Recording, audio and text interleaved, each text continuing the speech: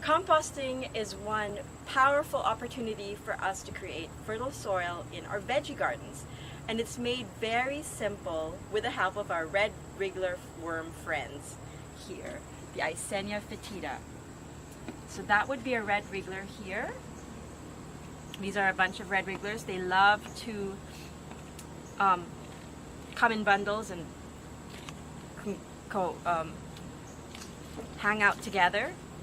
And even in a small bin like this, where you can see this is day 5 of them after having arrived in the mail, if you choose to purchase them, if you don't have any friends with red wrigglers that can give them to you, and you purchase them from Uncle Jim's worm farm or wherever it may be. Even here, day 5, they will love to thrive in an environment that has a neutral pH, and that is achieved by making sure that your carbon to nitrogen ratio, even in a compost bin as small as this, is balanced. So what C to N ratio do we try to aim for? So for me, it's 4:1. Some people say 3:1.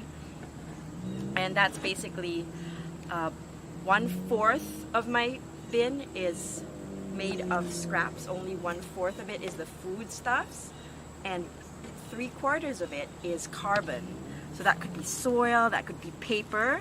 So all of this shredded paper comes from our shredder. So when the kids come home with their many papers from school, or if we have junk mail, we try to shred them and put that junk mail back into the soil, back into here. And now this kind of paper, this has the danger that's not shredded of being matted and making the bin just more acidic, I guess, in case the worms don't eat through it.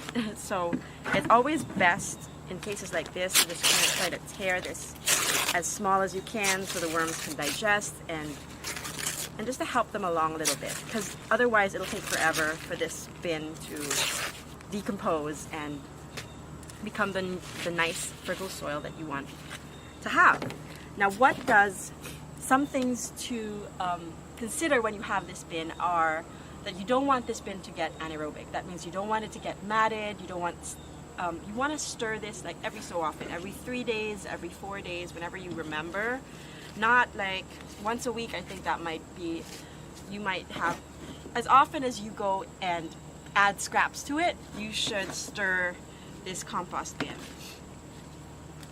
And by doing that, you make that process a little bit more airy for the worms to breathe in, for the soil to be loose. And that's the top bin. The bottom bin here, as you can see, that's pretty wet. And so you want this not to be this wet, and you want to stir it. So this is almost finished compost, except for a few eggshells that are here.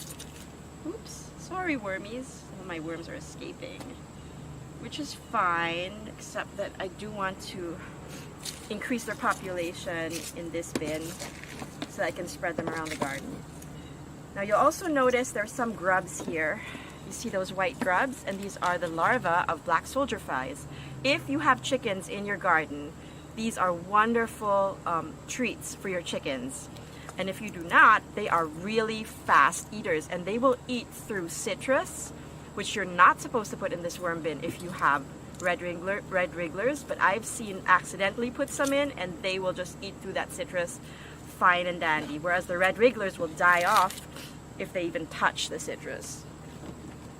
Now the very bottom of this worm bin, so in this case, because it's so dark and damp, I would like to add more carbon in this. When you add coffee grounds, that's also adding carbon. But I just want to decrease the wetness a little bit of this and make sure that things do not turn anaerobic. So probably good to do that and help things along. So this is where I would later on incorporate more of this paper that comes from the shredder. So see how they like to hang out together in clumps, just like being with their friends. And underneath, aha, we see both the red wrigglers and the black. This is our finished product. Now this is the rich. Hello, go away, black fly soldier. This is the red, this is the rich soil that will be just a gold mine for your garden. So you can immediately add this to your potting trays and try to work them in. So when you put them in, try to spread them out as best you can. Oops. Now, because these guys have these mealworms, I don't want to bring that tray into the house and have more flies, so I'm just going to remove these mealworms. But